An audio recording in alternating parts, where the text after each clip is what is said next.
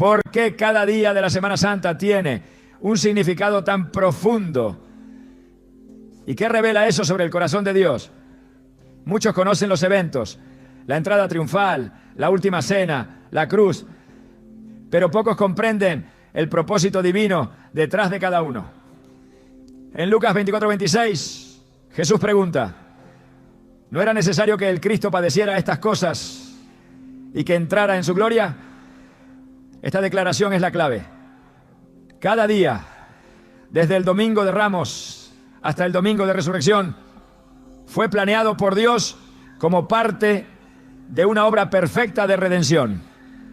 Hoy exploraremos lo que significa cada día de la Semana Santa, no solo en términos de tradición, sino como etapas esenciales del amor sacrificial de Cristo. Te mostraremos cómo cada jornada revela un aspecto de la fe, del sufrimiento, de la obediencia y finalmente de la esperanza eterna. ¿Estás listo para entender lo que Dios tiene reservado para ti a través de estos días santos? Cuando Jesús entró en Jerusalén montado en un asno, las multitudes lo aclamaban con palmas en alto, gritando: Hosana al Hijo de David, bendito el que viene en el nombre del Señor, Hosana en las alturas. Mateo 21:9. Fue una escena gloriosa, casi festiva. Pero bajo esa algarabía había un contraste espiritual tan fuerte que solo podía ser percibido por los ojos que veían más allá de las ramas agitadas. No era una procesión cualquiera. Era el inicio de la entrega más dolorosa y al mismo tiempo más poderosa que el cielo había diseñado desde antes de la creación del mundo. En esa entrada, que a muchos les pareció un triunfo, se escondía ya la semilla de la cruz, y el corazón de Jesús, aunque rodeado de vítores, ya se hallaba en Getsemaní. Este día marca el comienzo de la Semana Santa, y sin embargo, también desnuda una de las mayores contradicciones del corazón humano, porque muchos de los que gritaban Hosana ese domingo gritarían crucifícales apenas unos días después.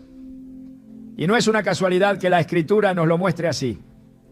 La entrada triunfal de Jesús nos revela cómo la fe superficial puede desaparecer ante la primera incomodidad y cómo la alabanza sin convicción puede ser más peligrosa que el silencio.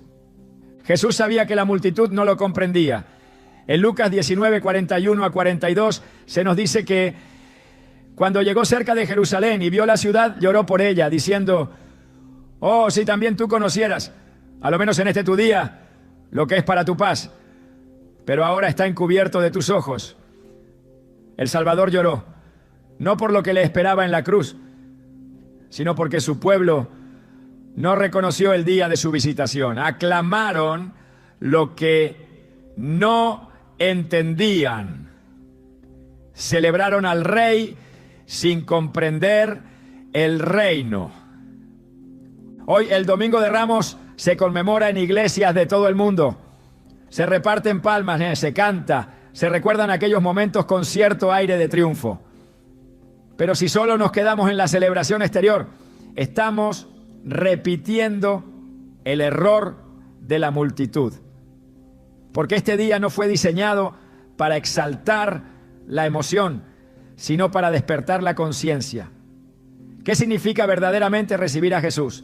Lo aclamamos en los días de luz, pero lo negamos en las noches oscuras. La entrada de Jesús en un burro también es una declaración de intenciones. No eligió un caballo de guerra, como lo haría un conquistador terrenal. Eligió lo humilde, lo cotidiano, lo que no impresiona. Zacarías 9:9 ya lo había profetizado siglos antes. Alégrate mucho, hija de Sión. Da voces de júbilo, hija de Jerusalén. He aquí tu rey vendrá a ti, justo y salvador, humilde, y cabalgando sobre un asno, sobre un pollino, hijo de asna. No fue casualidad, fue una proclamación silenciosa. El reino de los cielos no entra con estruendo, sino con mansedumbre. Muchos esperaban que Jesús derrotara a los romanos, que liberara a Israel del yugo político, pero Él vino a liberar el alma. no el territorio. El verdadero enemigo no estaba en el imperio, sino en el corazón. Y eso sigue siendo verdad hoy. Queremos un Dios que resuelva nuestras circunstancias externas, cuando lo que Él quiere es transformar nuestras condiciones internas. Por eso el Domingo de Ramos también nos revela el contraste entre nuestras expectativas humanas y el propósito divino. Pensemos por un momento en Pedro. Él también estaba ahí, lleno de pasión, convencido de que seguir a Jesús era caminar hacia una conquista visible. Pero cuando el Maestro habló de la cruz, de sufrimiento, de muerte, Pedro lo reprendió. Y Jesús le dijo: apártate de mí, Satanás, porque no pones la mira en las cosas de Dios, sino en las de los hombres. Marcos 8:33. Este mismo Pedro días después lo negaría 3 veces. Porque cuando la fe está basada en lo que Dios puede hacer por mí y no en quién es Él, entonces esa fe no resiste la prueba del fuego. El Domingo de Ramos es entonces un espejo. Nos obliga a preguntarnos: ¿qué tipo de seguidor soy? ¿Aplaudo cuando me conviene, pero retrocedo cuando se trata de renunciar? ¿Recibo al Rey cuando llega con promesas, pero lo rechazo cuando aparece con una cruz?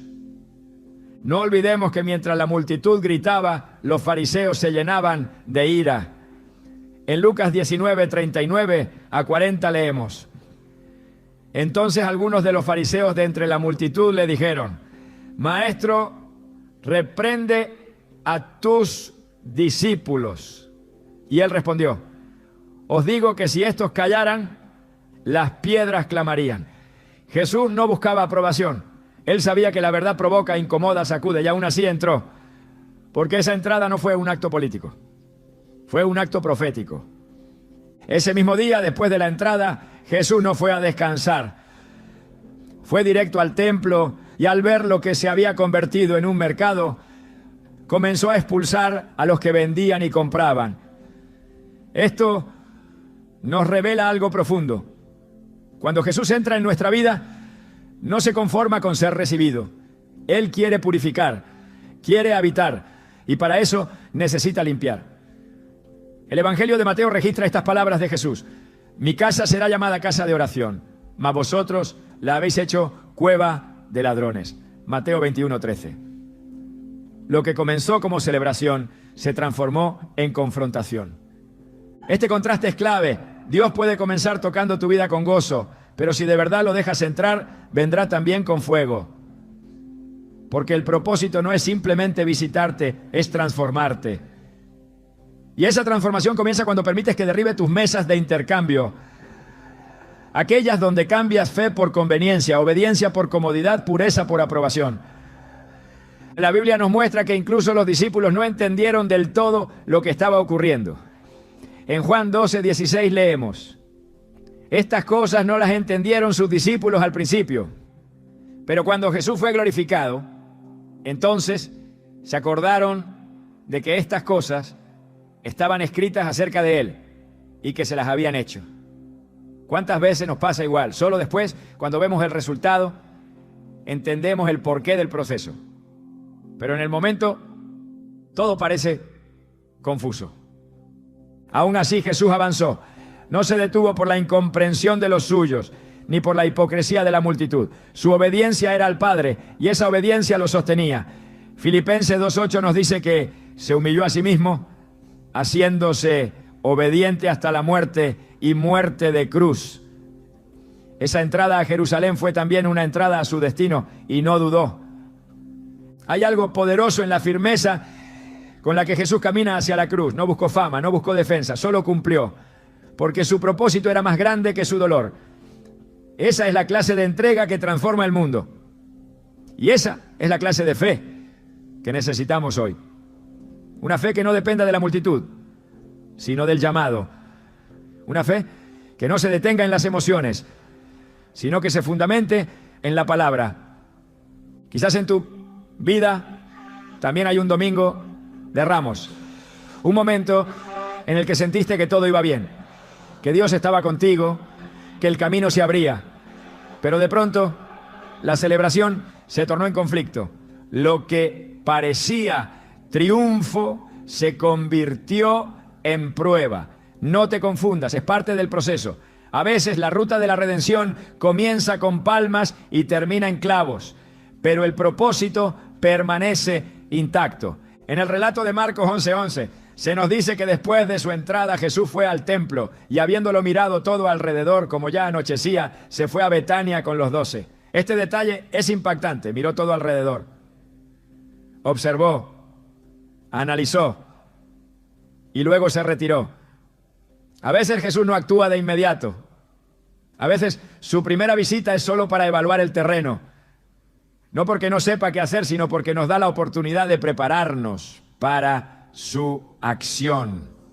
La entrada de Jesús en tu vida no siempre vendrá con milagros instantáneos. A veces vendrá con una mirada que examina, con un silencio que pesa, con una espera que prueba. Pero todo eso es parte de su amor. Porque solo lo que se examina puede ser sanado. Solo lo que se expone puede ser transformado. Domingo de Ramos no es una celebración superficial, es una invitación profunda. Nos confronta con nuestra respuesta a la presencia de Dios. ¿Somos multitudes que gritan hoy y olvidan mañana? ¿O somos discípulos que caminan incluso cuando no entienden? Cada año esta fecha vuelve a tocar la puerta de nuestras almas. No para revivir una historia antigua, sino para activar una verdad presente. Jesús sigue entrando en nuestra Jerusalén personales. Sigue viniendo, humilde, firme, determinado, no montado en grandezas, sino en la sencillez del Evangelio. Y cada uno de nosotros decide cómo responder. Podemos lanzar nuestras palmas o rendir nuestro corazón. Podemos repetir palabras o permitir que nos cambie. Lo cierto es que el Rey ya está en camino.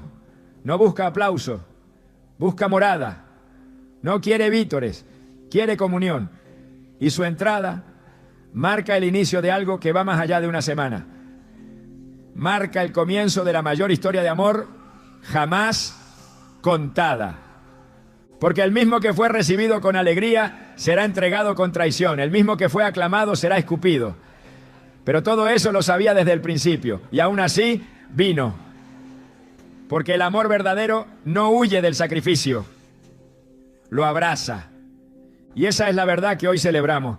Que Jesús no necesita nuestras palmas, necesita nuestra rendición. Después de la entrada triunfal, cuando la multitud se dispersó y los cánticos se apagaron, Jesús no buscó descanso ni conversación.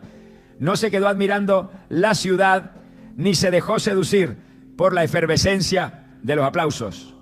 Su mirada estaba fija en el templo. Allí, en el corazón religioso de Israel, algo lo hería profundamente. No era solo la presencia de mercaderes y cambistas. Era el ruido que había reemplazado a la oración. Era el negocio disfrazado de devoción. Era la apariencia de santidad escondiendo la corrupción del alma. Por eso al día siguiente Jesús volvió a Jerusalén con un propósito claro: limpiar la casa de su Padre. La escena que se desarrolla en Mateo 21, 12 a 13 no puede suavizarse. Jesús volcó mesas, derribó sillas, expulsó a los que compraban y vendían y gritó con autoridad: escrito está, mi casa será llamada casa de oración, mas vosotros la habéis hecho cueva de ladrones. No fue un arrebato impulsivo, fue un acto deliberado, profético y profundamente espiritual. Cada uno de sus movimientos declaraba que la santidad de Dios no tolera simulacros. El templo, que debía ser un lugar de encuentro con lo divino, se había convertido en una fachada de religiosidad sin presencia, sin reverencia, sin verdad. El lunes santo no nos habla de escándalo, nos habla de purificación. No nos invita a observar desde lejos una escena incómoda. Nos llama a permitir que el mismo Cristo entre en lo más profundo de nuestro ser para hacer lo que hizo en aquel lugar: expulsar lo que contamina, derribar lo que distrae, purificar lo que hemos acostumbrado a justificar. Y lo más impactante es que Jesús no pidió permiso. Entró y actuó. Porque cuando Él se presenta como Señor, no negocia condiciones. Él limpia con celo, con fuego, con verdad. Y esa limpieza es siempre una muestra de su amor. Lo que Jesús hizo en el templo fue una repetición de lo que ya había hecho al inicio de su ministerio, según Juan 2:13-17, pero esta vez fue diferente, porque ahora su muerte estaba cercana. Su cruz era inminente y la condición del pueblo no había cambiado. El comercio seguía disfrazado de servicio, el ruido seguía ocultando la voz de Dios y la gente seguía llamando adoración a lo que solo era transacción. Por eso Jesús actuó con la intensidad de quien sabe que el tiempo se agota y que la verdad no puede esperar. El celo por la casa de Dios lo consumía. Así lo había profetizado el Salmo 69:9. Porque me consumió el celo de tu casa y los denuestos de los que te vituperaban cayeron sobre mí. Ese celo no era violencia, era amor puro, iracundo ante la corrupción, determinado ante la indiferencia. Un amor que no tolera lo tibio ni lo falso. Y si así fue con el templo de Jerusalén, ¿cuánto más lo será con el templo que somos nosotros? Porque ahora, bajo el nuevo pacto, el lugar donde Dios quiere habitar no es un edificio, sino nuestro interior. Como lo declara primera carta a los Corintios 6:19. ¿O ignoráis que vuestro cuerpo es templo del Espíritu Santo, el cual está en vosotros? El lunes santo es el día en que Cristo no solo entra, sino que actúa. No se limita a observar, sino que ejecuta. Y lo hace con una intención: restaurar lo que le pertenece. Su acción nos muestra que el amor de Dios no es complaciente, es transformador. No acaricia el pecado, lo confronta, no pasa por alto lo oculto, lo saca a la luz, porque no hay redención sin purificación y no hay presencia de Dios donde hay idolatría escondida detrás de ritos religiosos. El ruido que Jesús encontró en el templo es el mismo que muchas veces llena nuestra vida. Intercambiamos la intimidad con Dios por la actividad constante. Sustituimos el silencio de la oración por el murmullo de nuestras preocupaciones. Convertimos lo sagrado en rutina y lo eterno en costumbre. Pero Jesús sigue entrando y sigue volcando mesas, no porque nos rechace, sino porque nos ama. No para humillarnos, no, sino para restaurarnos. Es significativo que lo primero que hizo Jesús después de limpiar el templo fue sanar. Mateo 21:14 dice: y vinieron a él en el templo ciegos y cojos y los sanó. La limpieza antecede a la manifestación del poder. Cuando el templo fue purificado, entonces la gracia fluyó. Entonces el milagro fue posible. Esto nos revela un principio espiritual profundo. Donde hay desorden no hay plenitud. Pero cuando el lugar se ordena conforme a la voluntad de Dios, su gloria se manifiesta sin restricciones. Y los niños lo entendieron mejor que los sacerdotes. Mientras los líderes religiosos se escandalizaban por lo que veían, los más pequeños gritaban: ¡Hosana al Hijo de David! Y Jesús, en lugar de callarlos, afirmó lo que está escrito en el Salmo 8:2. De la boca de los niños y de los que maman perfeccionaste la alabanza.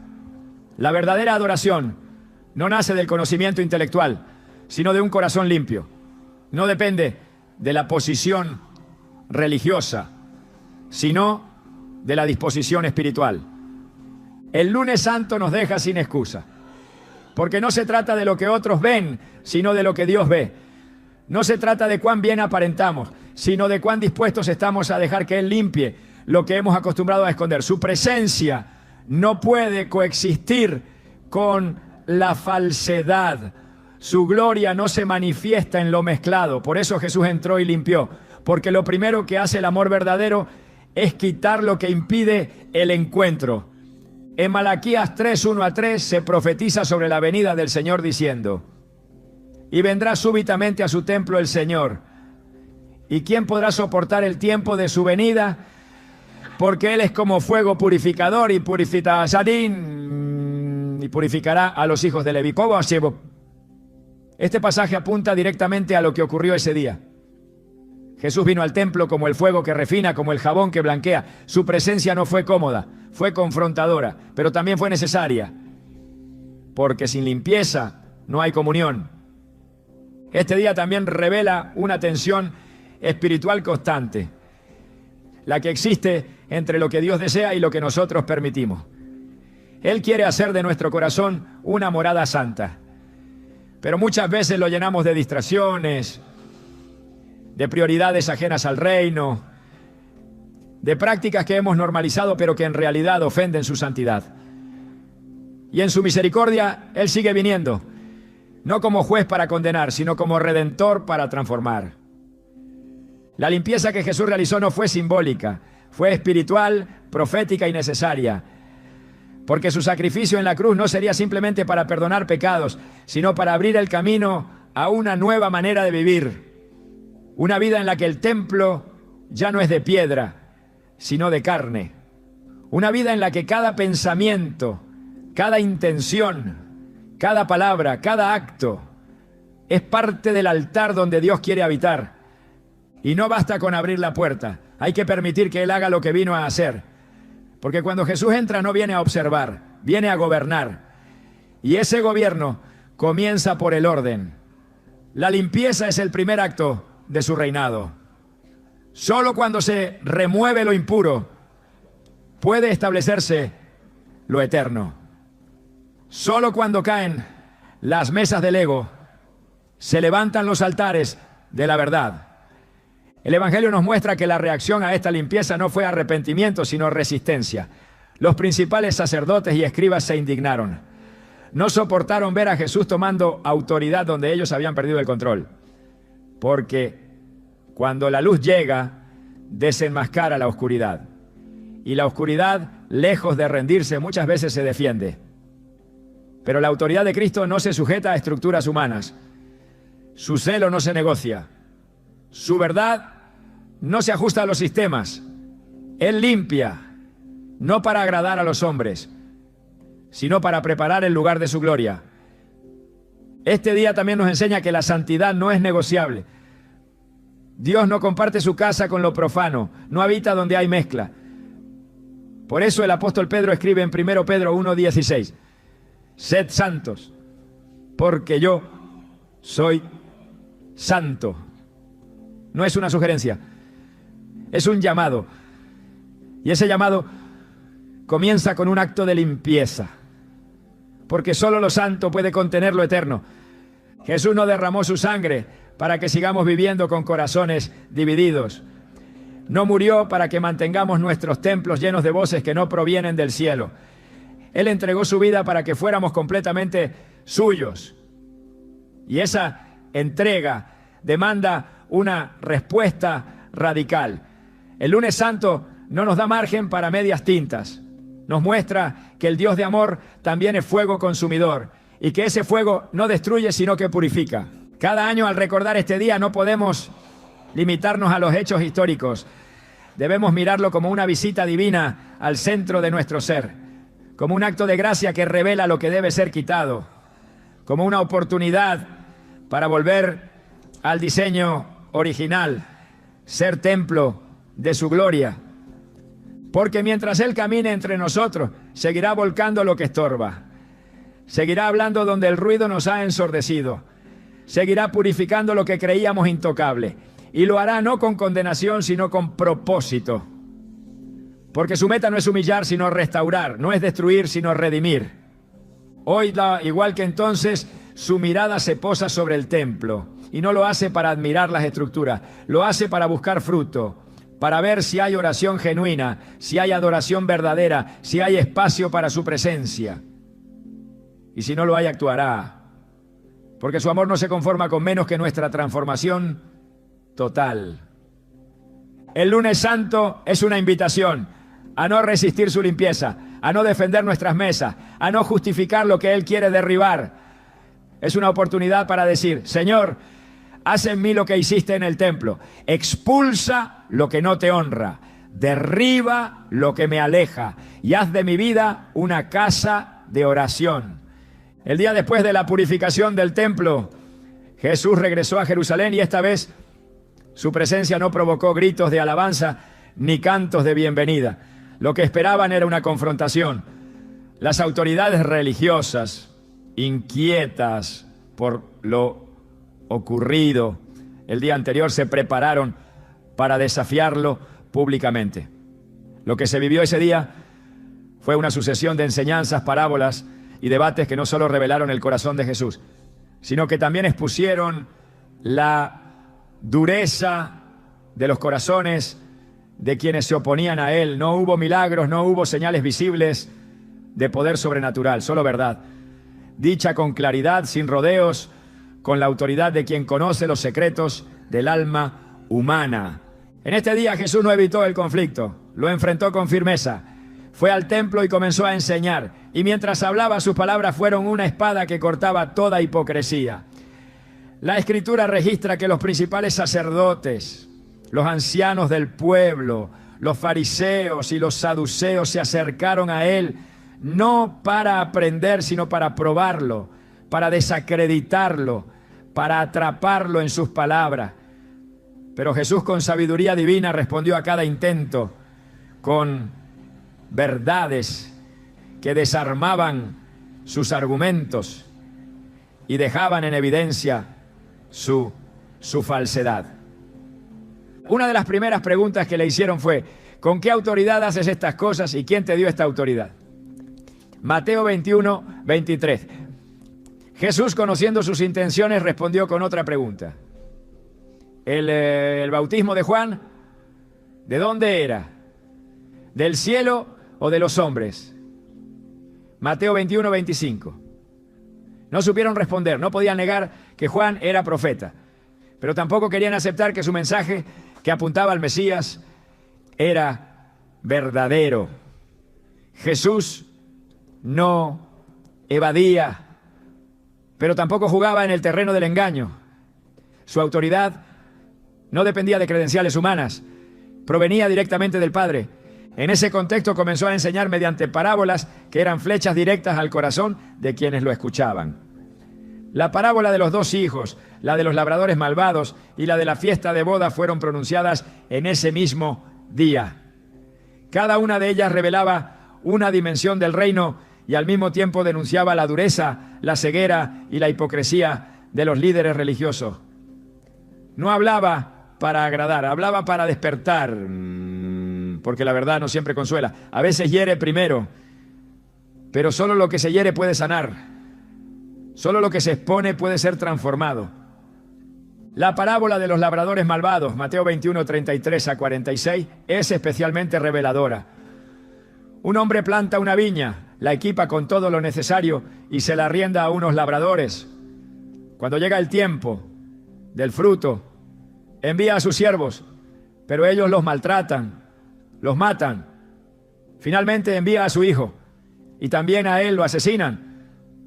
Jesús estaba hablando de Israel, de los profetas enviados por Dios y de sí mismo como el hijo rechazado. Al final les pregunta: ¿qué hará el Señor de la viña a aquellos labradores? Y ellos responden: a los malos destruirá sin misericordia y arrendará su viña a otros labradores que le paguen los frutos a su tiempo. No se dieron cuenta de que se estaban condenando a sí mismos, y cuando comprendieron que hablaba de ellos, buscaron cómo prenderlo, pero temían a la multitud porque la gente lo reconocía como profeta. El martes santo no fue un día de calma, fue un día de fuego, un día donde la verdad se manifestó con tanta fuerza que nadie pudo quedarse neutral. Quienes tenían el corazón endurecido se llenaron de enojo. Quienes tenían sed de justicia se aferraron a sus palabras. Jesús también denunció con dureza a los escribas y fariseos. En Mateo 23 se encuentra una de las declaraciones más fuertes que jamás pronunció. No contra los pecadores comunes, no contra los romanos, sino contra los líderes que aparentaban santidad. 7 veces repite: ay de vosotros, escribas y fariseos hipócritas. Les reprocha su religiosidad externa, su amor por los primeros lugares, su deseo de ser vistos por los hombres. Les dice que son como sepulcros blanqueados, que por fuera parecen hermosos, pero por dentro están llenos de huesos y de inmundicia. Su voz no tembló, no se contuvo, porque el engaño espiritual es una de las formas más peligrosas de oscuridad. Este día nos enseña que la verdad de Dios no es cómoda, no se ajusta a los intereses humanos, no se doblega ante las estructuras religiosas, no busca aprobación, busca transformación. Jesús no endulzó su mensaje, lo proclamó con firmeza, porque amaba demasiado a su pueblo como para dejarlo en la oscuridad, y porque sabía que ya no había tiempo. Su hora se acercaba, la cruz estaba más cerca, y cada palabra era una última oportunidad para despertar a quienes aún podían oír. También habló del fin de los tiempos. En el Monte de los Olivos consoló con sus discípulos, ¿no? Pronunció el conocido discurso escatológico. Mateo 24 y 25 registran estas enseñanzas. Allí habló de la destrucción del templo, de los falsos cristos, de las señales del fin, del amor que se enfriará, de la gran tribulación. Pero también habló de la venida del Hijo del Hombre, del juicio, de la separación entre ovejas y cabritos. No como una amenaza, sino como una advertencia misericordiosa, porque quien ama advierte, y quien ve lo que viene no calla. La parábola de las 10 vírgenes, la de los talentos y la del juicio de las naciones fueron parte de ese mismo día. En ella Jesús reveló que no basta con tener apariencia de fe, hace falta preparación, fidelidad y compasión. El aceite que faltó en las lámparas de las vírgenes insensatas simboliza esa falta de comunión verdadera. El siervo que escondió su talento representa al que desperdicia lo que Dios le confió. Y la separación entre los que dieron de comer, de beber, de vestir, y los que no lo hicieron, muestra que el verdadero amor a Dios siempre se expresa en obras hacia el prójimo. Nada de lo que dijo fue superficial, todo tenía un peso eterno. Porque cuando la verdad de Dios se manifiesta, lo hace con la intención de salvar, de corregir, de redirigir. El martes santo es un día de confrontación espiritual. Un día donde no se puede permanecer indiferente. O se recibe la verdad con humildad o se la rechaza con dureza. Pero no se puede ignorar. Jesús habló sabiendo que lo escuchaban quienes querían matarlo, pero no retrocedió, no suavizó su mensaje, no buscó escapar del conflicto, permaneció firme, porque la verdad no se negocia, se proclama. Y cuando esa verdad proviene de Dios, tiene el poder de quebrantar lo que parece impenetrable, de transformar lo que parecía perdido, de restaurar lo que parecía condenado. También lloró por Jerusalén. En Mateo 23, 37 a 39, pronunció estas palabras: Jerusalén, Jerusalén, que matas a los profetas y apedreas a los que te son enviados. ¿Cuántas veces quise juntar a tus hijos, como la gallina junta sus polluelos debajo de sus alas, y no quisiste? La firmeza de su juicio no se contradice con la ternura de su amor. Jesús no habla desde el enojo, sino desde el dolor. No denuncia por desprecio, sino por compasión. Porque lo que más duele a Dios no es el pecado, sino la resistencia al arrepentimiento. Cada palabra dicha ese día sigue resonando, porque la verdad de Dios no caduca, su mensaje sigue siendo el mismo: rendición, obediencia, integridad. No se trata de conocer la Escritura, sino de vivirla. No basta con aparentar santidad, es necesario ser transformados por el Espíritu. Y esa transformación solo ocurre cuando nos exponemos a la verdad sin defensas, sin justificaciones, sin orgullo. Jesús no buscó seguidores cómodos, buscó discípulos comprometidos, que pudieran soportar la verdad, que aceptaran la corrección, que estuvieran dispuestos a renunciar a todo por causa del reino. El martes santo revela que seguir a Cristo no es una decisión superficial, es una entrega total, un abandono de toda hipocresía, de toda doble vida, de toda religiosidad vacía, porque solo los que se rinden completamente pueden experimentar la libertad que trae su verdad. Y conoceréis la verdad y la verdad os hará libre. Juan 8:32. Pero esa verdad antes de liberar confronta, antes de sanar revela la herida, antes de consolar sacude, porque el Evangelio no es una declaración de comodidad, es una llamada a morir para vivir, a soltar lo falso para abrazar lo eterno. El martes santo es la jornada de la verdad que incomoda, pero también la verdad que salva. Es el día en que Jesús levantó la voz no para condenar, sino para despertar. Un día que nos desafía a examinar nuestro corazón, a abandonar todo disfraz espiritual, a rendirnos por completo a la autoridad de Cristo. Porque solo los que se dejan confrontar por su verdad pueden ser transformados por su gracia. El miércoles se abre sin grandes milagros, sin discursos extensos, sin gestos visibles que despierten la atención de las multitudes. En contraste con la intensidad de los días anteriores, este día se sumerge en una calma inquietante. Jesús no aparece enseñando en el templo, ni se registran confrontaciones con los fariseos, ni se proclama públicamente alguna parábola. El Evangelio guarda un silencio que pesa, como el aire antes de una tormenta. Pero ese silencio no es vacío, es sagrado, es la antesala de una entrega definitiva. Es el espacio donde Dios prueba los corazones sin necesidad de pronunciar palabra.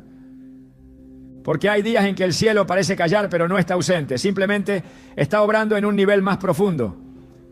El miércoles santo representa ese tipo de jornada espiritual, cuando el estruendo cesa, cuando la revelación da paso a la espera, cuando la emoción inicial se encuentra con la realidad del compromiso.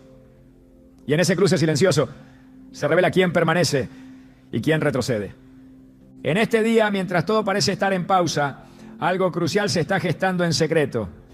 Judas Iscariote busca a los principales sacerdotes. No lo hace con luz, lo hace en las sombras. Mateo 26, 14 a 16 nos dice que fue entonces cuando él preguntó: ¿qué me queréis dar y yo os lo entregaré? Y ellos le asignaron 30 piezas de plata. Desde ese momento Judas buscaba oportunidad para entregarlo. Es en este día cuando la traición se activa, no con gritos, sino con un acuerdo silencioso. Nada exterior parecía alterado, pero espiritualmente las fuerzas ya se estaban alineando. En la superficie todo puede aparentar calma, pero cuando el corazón ya ha decidido alejarse de Dios, el enemigo encuentra su camino. Y no siempre lo hace con estridencia. A veces entra por la rendija de una intención torcida, por la grieta de una decepción no entregada, por el deseo de controlar lo que solo a Dios le corresponde decidir. El miércoles santo nos recuerda que el silencio también puede ser parte del plan de Dios. No todos los días están llenos de manifestaciones. Hay días donde lo único que se oye es el eco de una decisión. Y aún en esa aparente quietud, la fidelidad es probada. Porque quien ama verdaderamente sigue firme incluso cuando el cielo no responde de inmediato.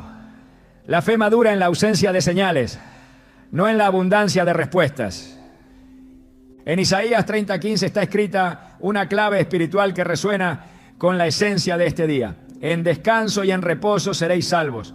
En quietud y en confianza será vuestra fortaleza. Hay fortaleza que no nace del hacer, sino del permanecer, del resistir sin ver, del confiar cuando no se entiende.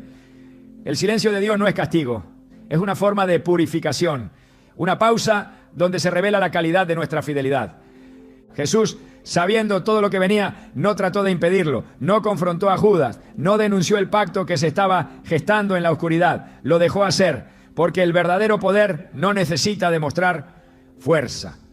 Descansa en la certeza de que el propósito de Dios no puede ser frustrado.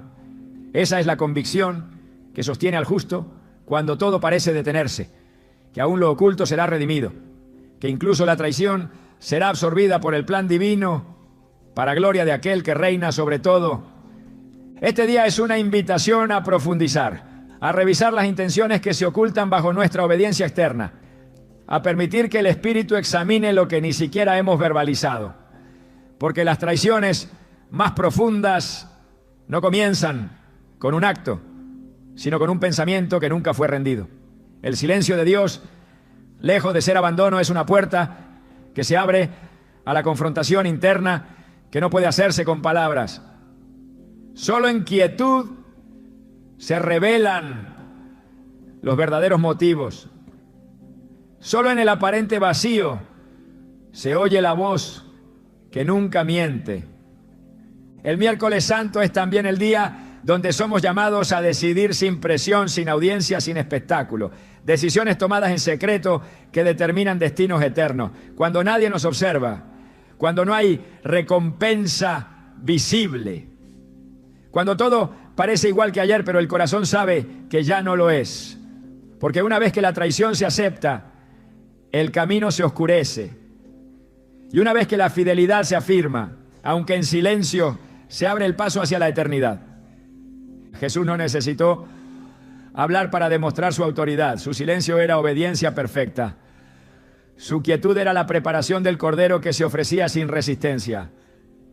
Isaías 53:7 lo describe con precisión. Angustiado él y afligido, no abrió su boca. Como cordero fue llevado al matadero y como oveja delante de sus trasquiladores enmudeció y no abrió su boca. Ese silencio no era debilidad, era entrega, era confianza total en el plan del Padre. Porque la redención no se construye solo con palabras, se sella con actos de obediencia en lo invisible. Este día nos desafía a no temer el silencio de Dios, a no desesperar cuando no hay señales, a comprender que muchas veces en los días donde parece no ocurrir nada, se están librando las batallas más determinantes. La fidelidad verdadera no se demuestra en el escenario, sino en el secreto, en la perseverancia silenciosa, en el amor que no exige pruebas, porque sabe a quién ha creído. El miércoles santo no es un día sin significado, es el susurro antes del clamor, el umbral antes del sacrificio, el terreno donde se define lo que no será visto por los hombres, pero será contado en el cielo, porque lo que se decide en lo secreto Dios lo honra en lo eterno. La noche cae y con ella se levanta el velo sobre el misterio más profundo de la entrega. No hay multitudes, ni vítores, ni ruidos de confrontación. Solo un aposento preparado, una mesa dispuesta y un maestro que se arrodilla para lavar pies.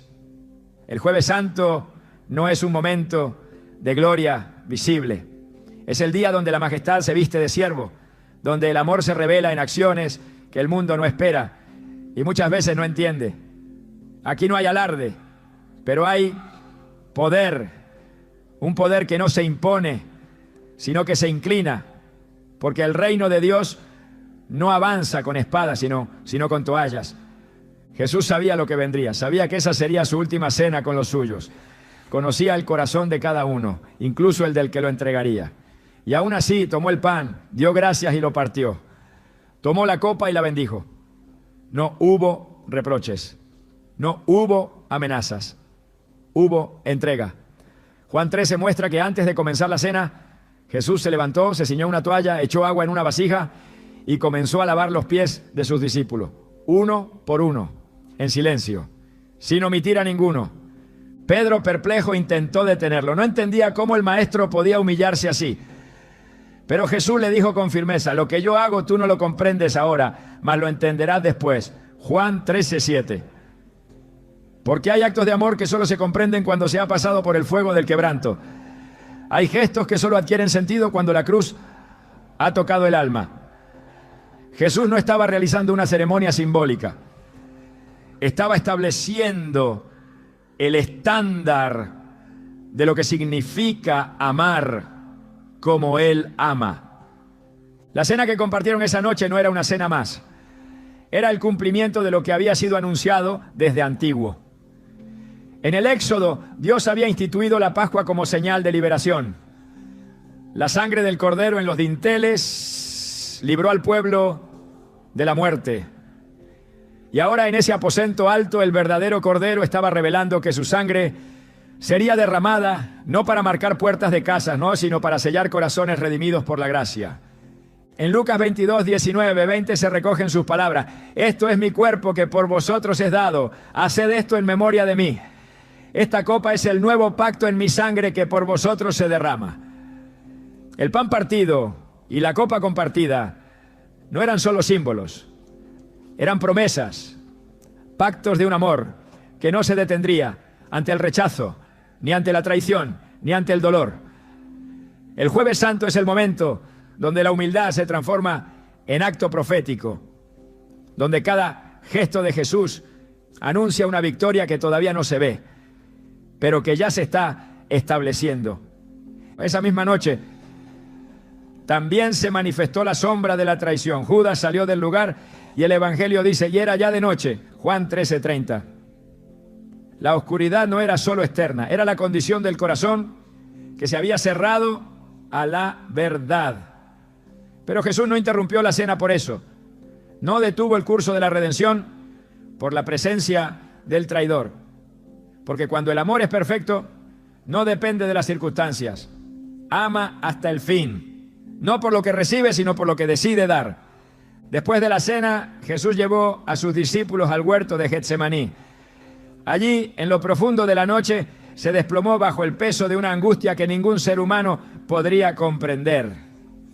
Mateo 26:38 registra sus palabras. Mi alma está muy triste hasta la muerte. Quedaos aquí y velad conmigo. No era temor a la muerte, era el peso del pecado del mundo. Era el dolor de cargar la culpa de generaciones enteras. Era la separación inminente del Padre. Y aún así, en medio de esa presión indescriptible, su oración fue clara. No sea como yo quiero, sino como tú. Mateo 26:39. El Jueves Santo es la escuela de la rendición absoluta.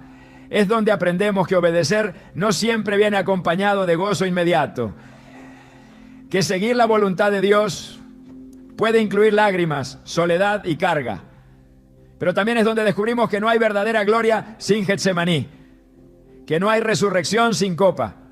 Que el amor más puro se prueba no en lo que sentimos, sino en lo que decidimos entregar cuando todo lo demás falla.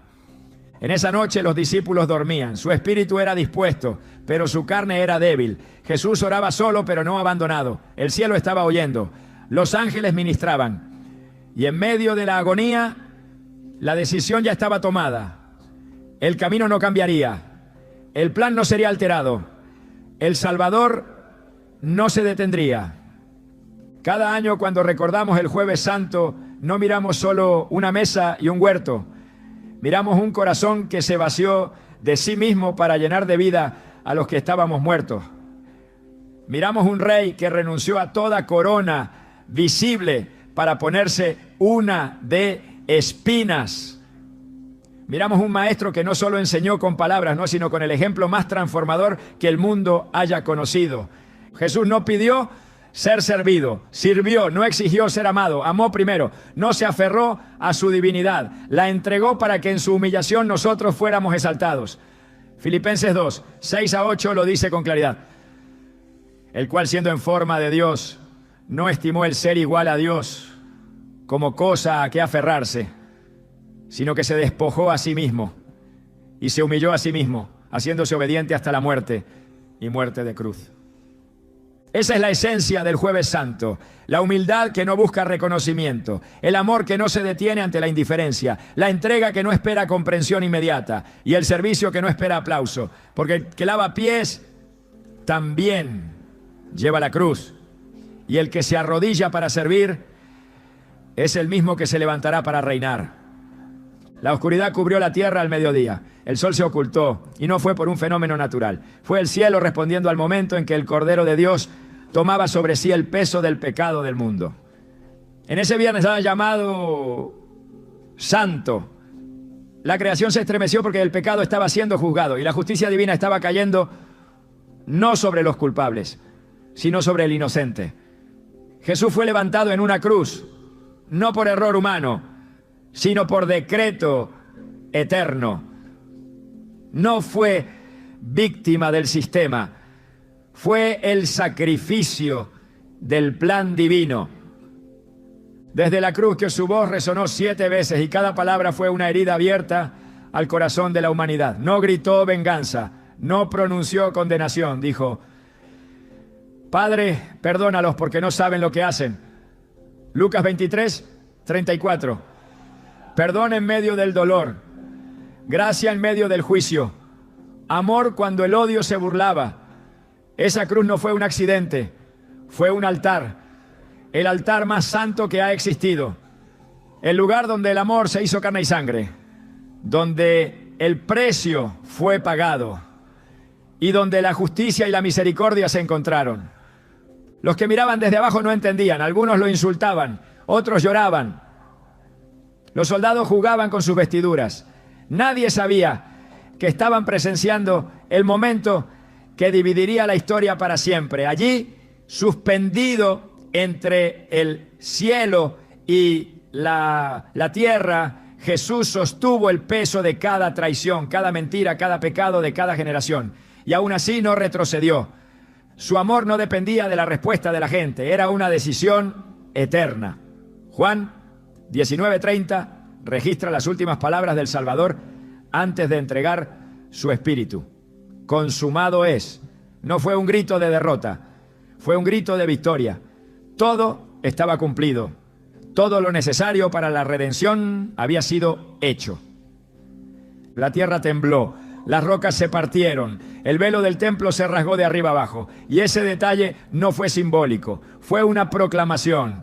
Ya no habría separación entre Dios y los hombres. El camino al lugar santísimo fue abierto por medio del cuerpo partido del Hijo. Hebreos 10, 19, 20 lo confirma.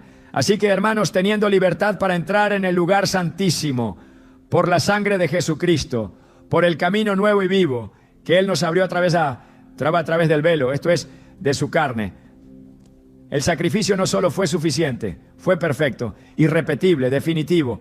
El cuerpo fue bajado con cuidado, lo envolvieron en lienzos, fue depositado en una tumba nueva, una piedra cerró la entrada y el silencio volvió a cubrir la tierra. El sábado llegó y con él la espera, una espera tensa, donde los discípulos se escondieron, el dolor se profundizó y la esperanza pareció enterrada con el cuerpo de su maestro. Pero en ese silencio aparente, Dios seguía obrando.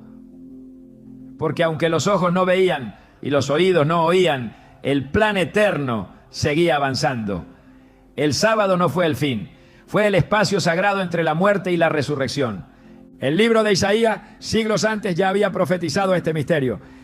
Isaías 53 describe con exactitud lo que Jesús vivió. Fue despreciado, varón de dolores, experimentado en quebranto. Fue herido por nuestras rebeliones, molido por nuestros pecados. El castigo de nuestra paz fue sobre él, y por sus llagas fuimos nosotros curados. Fue llevado como cordero al matadero, y como oveja delante de sus trasquiladores, enmudeció y no abrió su boca. Fue cortado de la tierra de los vivientes.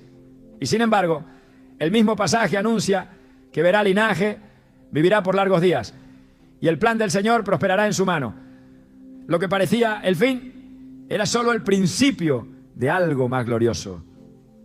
Mientras los discípulos lloraban y los enemigos celebraban, el cielo preparaba el momento más glorioso de la historia. No habría tercer día sin segundo, no habría resurrección sin sepultura. El sábado nos enseña que hay etapas en las que todo parece estancado, pero Dios está haciendo algo que aún no se revela. El silencio del sábado no es prueba de abandono, es preludio del milagro. El descanso de ese día fue profético, porque la obra ya estaba hecha, no hacía falta más, solo esperar el amanecer. Y el amanecer llegó. El primer día de la semana, cuando aún estaba oscuro, algunas mujeres se acercaron a la tumba con perfumes y telas. Iban a honrar a un cuerpo que creían muerto, pero se encontraron con una piedra removida y con un mensaje que cambiaría la eternidad. ¿Por qué buscáis entre los muertos al que vive? No está aquí, sino que ha resucitado. Lucas 24, 5 a 6. No fue una ilusión, no fue una visión colectiva. Fue una realidad física. gloriosa, irrefutable.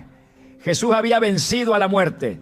Los ángeles no anunciaron una doctrina, anunciaron un hecho, no invitaron a filosofar, invitaron a creer. Porque si Cristo resucitó, entonces la muerte ya no tiene la última palabra, el pecado ya no reina, el infierno fue vencido y el reino de Dios fue inaugurado con poder.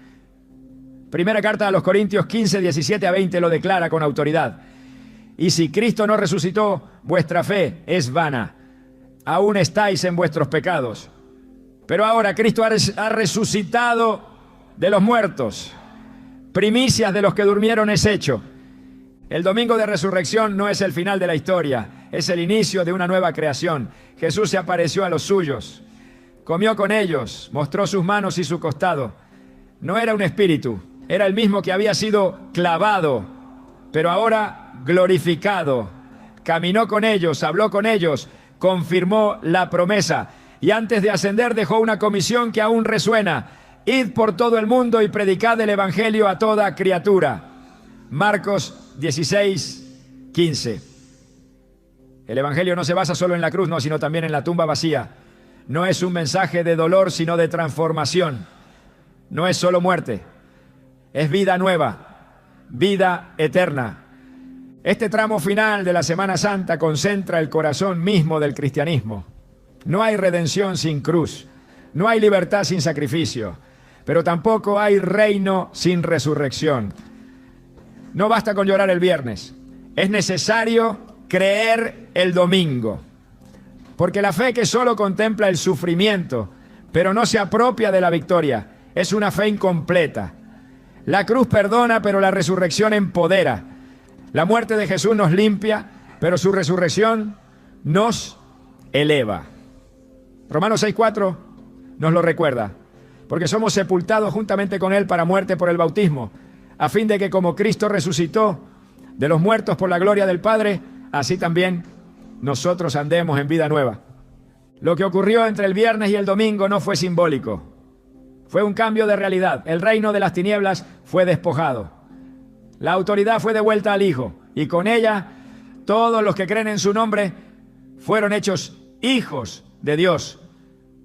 No por mérito, sino por gracia, no por obras, sino por sangre, no por religión, sino por resurrección.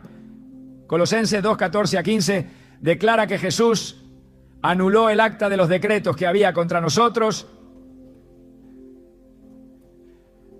y la quitó de en medio, clavándola en la cruz. Y despojó a los principados y a las potestades y los exhibió públicamente, triunfando sobre ellos en la cruz. Hoy ese triunfo sigue vigente. La tumba sigue vacía y su victoria sigue siendo nuestra esperanza. En cada Viernes Santo de dolor personal, en cada sábado de silencio, la resurrección es la promesa que nos sostiene.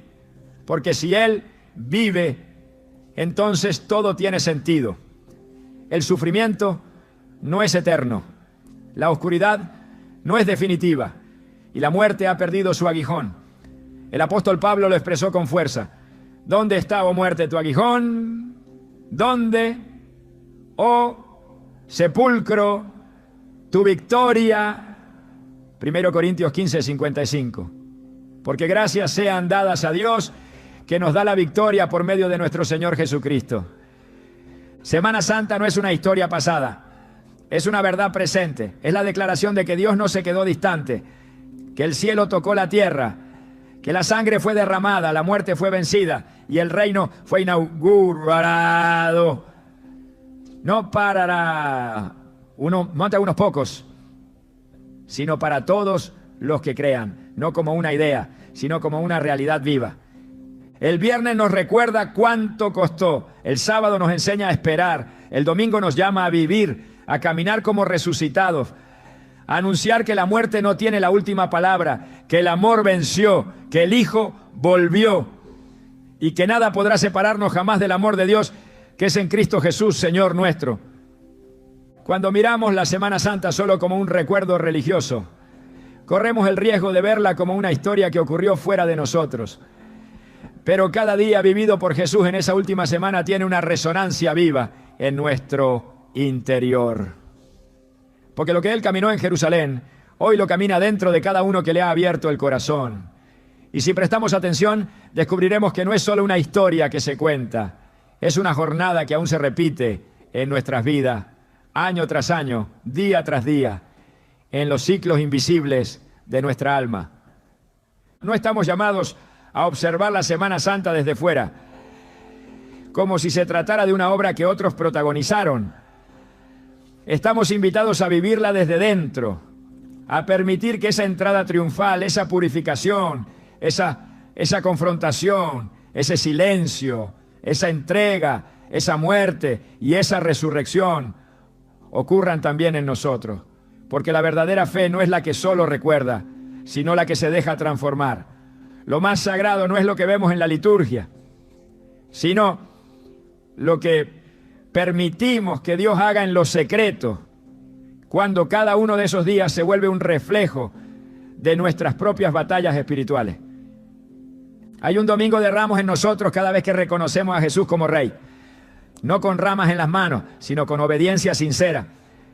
Hay un lunes santo cuando el Espíritu limpia las áreas de nuestra vida donde nos habíamos acostumbrado al desorden.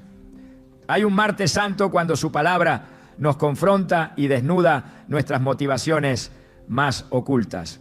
Hay un miércoles santo cuando su silencio nos prueba y nos obliga a decidir en qué hemos puesto realmente nuestra confianza. Hay un jueves santo cuando comprendemos que servir es reinar y que la humildad no es debilidad, sino el camino más alto hacia la eternidad. Hay un viernes santo cuando experimentamos pérdidas, renuncias, muertes internas que nos vacían para que Dios pueda llenarnos de lo que permanece. Y hay un domingo de resurrección cada vez que elegimos creer que nada está perdido, que el milagro es posible, que Cristo vive en nosotros y que su victoria es también nuestra.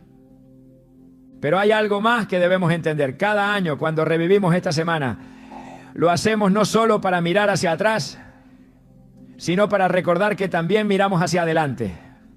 Porque así como hubo un primer domingo de resurrección, también habrá un último, un día definitivo, un día glorioso donde el Rey volverá no en un pollino, sino en poder, no con palmas, sino con corona, no para ser entregado, sino para reinar, no para lavar pies, sino para recoger a su pueblo. Ese día no será simbólico, será eterno. La Semana Santa entonces no es solo una memoria, es una profecía viva, un anuncio disfrazado de historia, un ciclo que nos prepara para el cumplimiento final de todas las cosas. Jesús dijo que comería de nuevo con los suyos en el reino de su Padre, que no volvería a beber de la vid hasta aquel día en que lo haga con nosotros, en la plenitud de su gloria. Y ese día está en camino. Por eso celebramos no solo lo que hizo, sino lo que hará. No solo lo que pasó, sino lo que vendrá. No solo la cruz vacía, sino el trono preparado. Esta semana sagrada tiene el poder de volver a encender en nosotros lo que el mundo intenta apagar. Nos recuerda quiénes somos y hacia dónde vamos. Porque mientras la cultura distrae, la fe enfoca. Mientras la rutina desgasta, la palabra renueva. Mientras el ruido confunde, la voz de Dios vuelve a hablar. Y si la escuchamos, descubriremos que cada momento tiene un propósito, que cada día está cargado de promesas y que ningún dolor es inútil cuando se vive a la luz del Evangelio.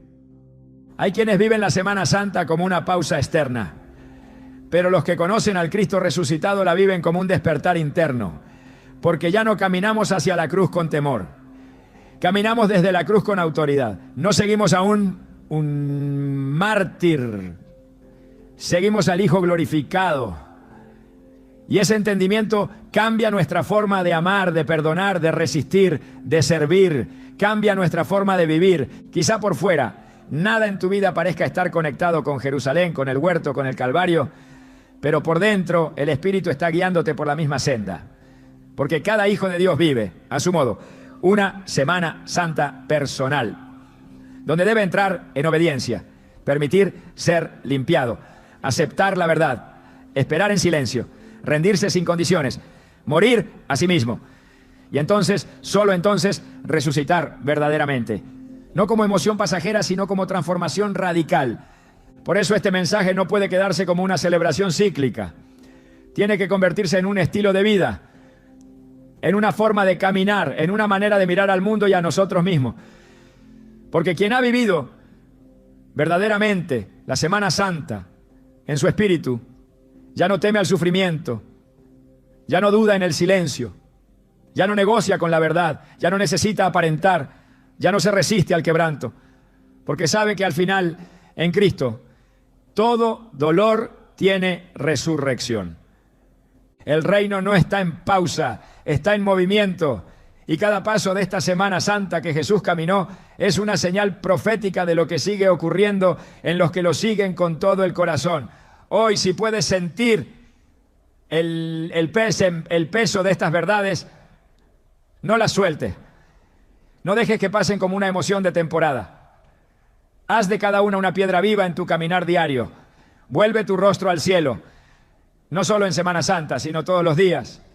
Y recuerda, el que murió, resucitó. El que resucitó, reinará. Y el que reina, vendrá otra vez